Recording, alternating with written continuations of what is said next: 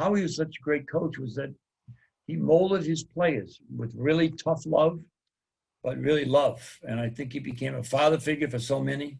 He became a man, as I said, well before his time, because he was out fighting for folks long before it became fashionable. I'm talking 30 something years ago. And I think the great thing is that you can't hide yourself from players. I've always said this, that players are the greatest bloodhounds in the world. They can sniff you out. And they knew John was sincere. They knew John was tough. They knew John's language would be tough on them, but all for a purpose. When I heard the words, and I'm sure you did also, John, like, thank you for saving my life by Allen Iverson. The words by Alonzo, Mutombo, all these guys who truly understand that John was a father to them, a coach for them, a leader for them, a mentor for them. And they can smell that. They can see that. And obviously, he built a great basketball program, but built a ton of great people in the process. Strong enough in his own convictions that he had given his dad, and he respected the fact I gave it everything I had.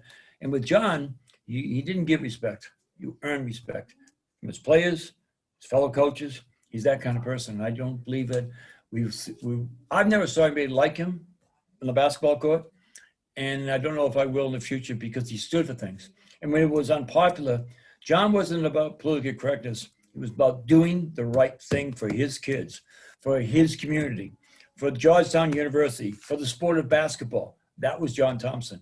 And I think, once again, he is not just a great figure in, as I said, basketball, but in our civil rights movement, which today, thank God, we're doing some talking. But John would say we got to be doing some stuff. And that's why I had so much great respect and love for him. Big John was not only a great coach, he was the most impactful coach on the game of basketball, college basketball. He had the biggest impact. There's a lot of great coaches. We all know that. But John was a role model for all coaches, white coaches, black coaches, didn't matter. Young people, young players, second to none. It's not an exaggeration to say that there'll never be another John Thompson. There never was one, and there never will be another one like John Thompson. He was bigger than the game, bigger than life, and you just don't replace guys like John Thompson. They're unique.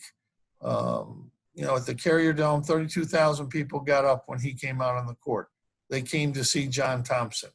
Most fans come to see players, but I know in Syracuse, New York, the fans came to see John Thompson walk on the court or walk off the court, one way or the other.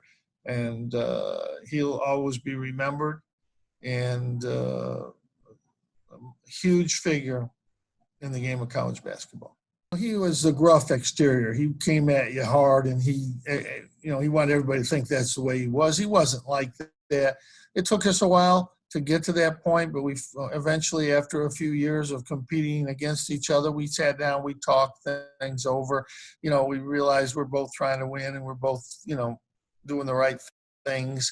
And we were good friends from that moment on. Still competed, still trying to win every game, but really good friends. And we met every year a couple times, different places, and would always talk about basketball and the old Big East. But gave a lot to a lot of people. And he was never one that a young coach could come up to and he would help him. A young player, he would talk to him.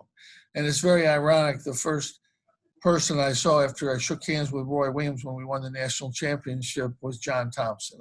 He was doing the radio right there next to our bench, and I was right next to, I think it was their bench, but we just shook hands and hugged. It was a great moment, a rivalry that came a long ways from what it was to becoming great friends. And you can never underestimate the impact of the big man. Big John, we called him for a reason. Along with Dave Gavitt, John Thompson were the two pivotal reasons that the Big East became what it became.